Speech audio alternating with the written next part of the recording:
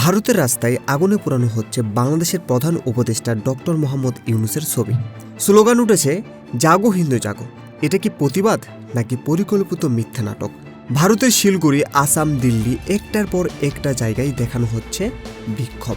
ইউনূস সাহাবের এফিডে জ্বালানো হচ্ছে, হনুমান চালিসা পড়া হচ্ছে, এমনকি বাংলাদেশের হাই কমিশনের সামনেও প্রটেস্ট।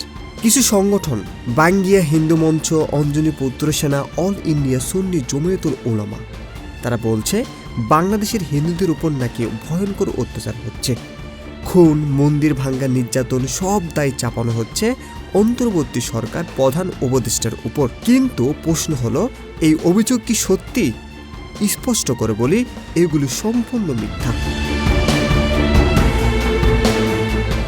বাংলাদেশের কোনো সংগঠিতভাবে মন্দির ভাঙ্গা হয়নি, রাষ্ট্রীয়ভাবে হিন্দুদের উপর হামলার কোনো প্রমাণ নেই। হ্যাঁ, শেখ হাসিনার পতনের পর কিছু জায়গায় অস্থিরতা হয়েছে, কিন্তু সরকার পরিষ্কার বলেছে হিন্দু মুসলিম সবাই রাষ্ট্রের সুরক্ষার আওতায়।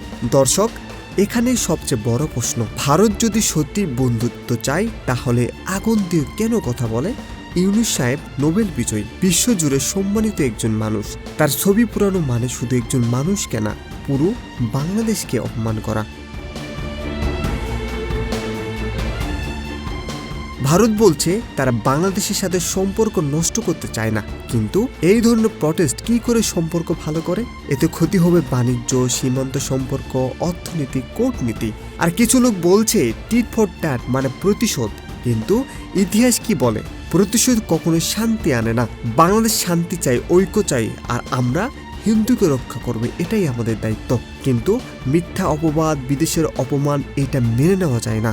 এই বিষয়টা আন্তর্জাতিকভাবে তুলে ধরতে হবে, সত্য দিয়ে মিথ্যার জবাব দিতে হবে, আগুন দিয়ে নয়। এখন আপনার কাছে প্রশ্ন, ভারতে এই প্রটেস্ট কি ন্যায্য, নাকি এটি বাংলাদেশের চাপ দেওয়ার কৌশল? কমেন্টে আপনার মতামত লিখুন, আর এমন সত্যভিত্তিক নিউজ পেতে বিডিসি নিউজ এইচডি কে সাবস্ক্রাইব করুন।